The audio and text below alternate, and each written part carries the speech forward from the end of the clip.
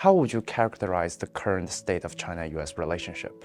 Yeah, I think the China-U.S. relation I would classify as a stabilizing stage actually, because as we know, after President Trump did this trade war, tariff war, and particularly he issued the strategic report in 2017 that placed China as a rival number one basically, and then since then it was deteriorating, and of course 3 years of pandemic wasn't help at all because there was isolation, there's no communication and also personal exchanges.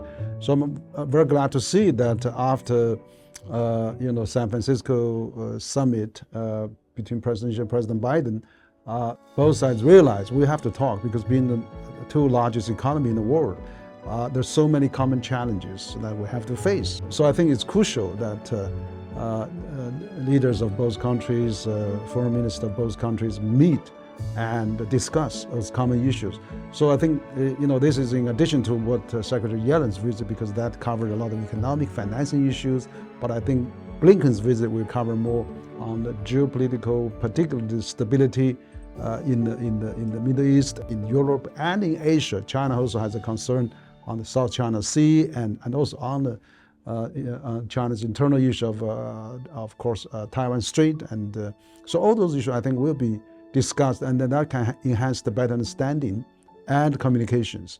To those of us sitting on the outside, sometimes feel like, yes, we're talking to each other, but we are not really making a lot of progress. So, for example, just a couple of days ago, President Biden announced that he's going to impose tariffs on China's steels. Yes. And there's a bill on TikTok. Problems are popping up everywhere.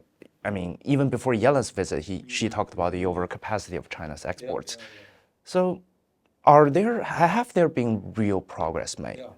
No, I think certainly there are progress. It's not as satisfactory as we can see, but also we have to know that the system in the U.S. is different than the system in China. So then it's very easy to have China as a scapegoat, particularly during the election season. So what I think that President Biden's remarks on the tariff, on the adding more tariff on the steel and all the other products, is really to accommodate this nationalism, populism, which I think be part of the U.S. politics.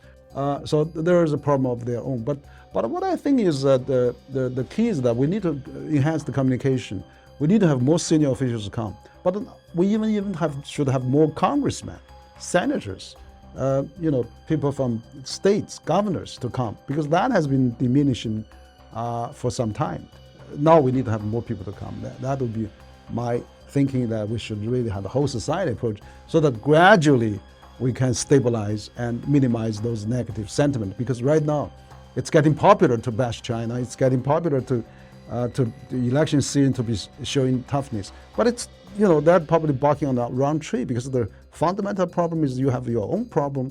It's not overcapacity of China as they all thought that may be. There could be some issue there, but it's not really the real issue. And the issue of course that China have a different system, but it works well in China, and that should be coexist together.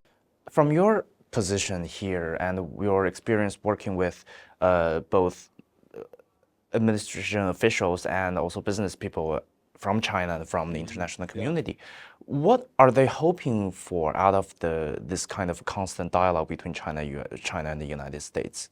I think the CEOs and the business community are really fed up of this poisoning environment, and yet they cannot say it, because if they say it, they will be, attacked by the media, probably by their shareholder of different levels. Say what? The better relationship with China? Yeah, we talked to a lot of representatives of the business community. They all know China is a big market. They have to be here. They were really enjoying the big progress they made, but they are also not liking those CHIPS Act or those, because they're losing business here. But then they cannot say it. It's become politically incorrect to say we want to expand in China or do business in China. But still, they are doing that. I mean, even according to the AmCham survey, the majority of companies still wants to do business in China. But that that phenomenon is not really turning around the whole sentiment. I think that's why, as I said, it's a whole society approach in order to turn around this sentiment. Business comes first, the administration comes second, then we probably need the congressmen, senators, we need the governors, we need the mayors, we need the academics, think tanks, we need the whole, everybody come, and students and tourism. And then so that we can really have a whole society approach to improve the bilateral relation.